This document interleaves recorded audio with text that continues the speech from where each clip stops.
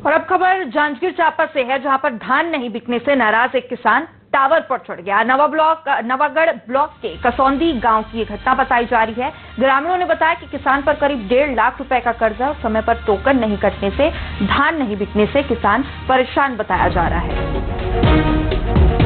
देखिए, जांजगीर चांपा से खबर है, जहां पर धान नहीं बिकने से एक किसान नाराज था और वो टावर पर चढ़ गया। नवागढ़ ब्लॉक के कसौंदी गांव की घटना बताई गई और ग्रामीणों ने बताया कि किसान पर करीब 1.5 लाख रुपए का कर्जा और समय पर टोकन नहीं कटने से उसका धान गया और इस वजह से किसान परेशान है। अब कई डालेगा, कैसों कहेगा। वहाँ पर जो है उसको धान खरीदी नहीं किया गया है उसकी तरफ से, जबकि आधा धान उसका खरीदी कर दिया गया है। उसके अलावा उसको ये भी उसकी मांग थी कि मुझे शराब पीने के लिए पैसा दिया जाए तथा जो मैं 1 लाख रुपए कर्ज ले हूँ, कर्ज भी पुलिस प्रशासन जो है और फिर राजस्व प्रशासन वो उनको पटाएंगे।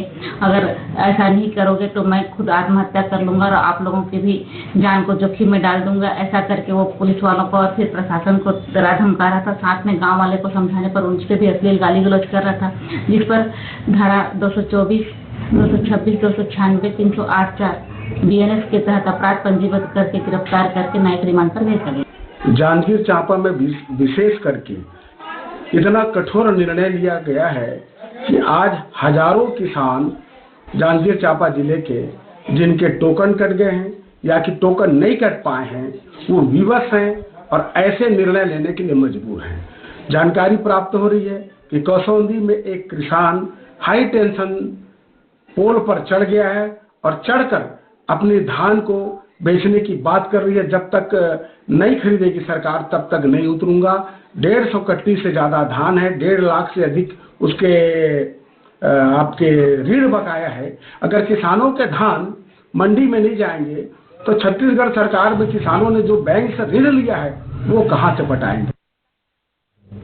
तो चलिए, ज्यादा जानकारी के साथ हमारे सहयोगी कैलाश कश्यप हमारे साथ जुड़े हैं। कैलाश, किसान का टोकन नहीं कटा और धान नहीं बिक पाया। एक तो किसान इससे परेशान था और अब उस पर एक्शन ले लिया गया है। अभी वहां पर क्या स्थिति बनी हुई है? क्या अब किसान को नीचे उतार लिया गया है? जी, 4.5 उस युवक को किसी भी तरीका से समझाइश देते हुए उतार लिया गया है। उनका धान खरीदने का भी आश्वासन दिया गया है। अब देखने वाली बात होगी कि धान कब तक उसकी खरीदी की जाएगी। लेकिन इस बीच में पुलिस प्रशासन और राजस्व टीम को जिस तरह जारी था और ग्रामीणों को के सहयोग से जो रेस्क्यू चल रहा था, उस समय उस युवक अनिल गढ़वाल के द्वारा लगातार रेस्क्यू टीम और ग्रामीणों को गाली गलौज और की जा रही थी। साथ में शराब जो पीने के लिए की मांग की जा रही थी और उनको ये भी कहा जा रहा था कि यदि मैं आत्महत्या कर लूंगा और तुम्हारा जो है सारे लोग को मैं फंसा दूंगा, और यही मेरा आखिरी कथन है करके लगातार उनको धमकी दी जा रही थी रेस्क्यू टीम को।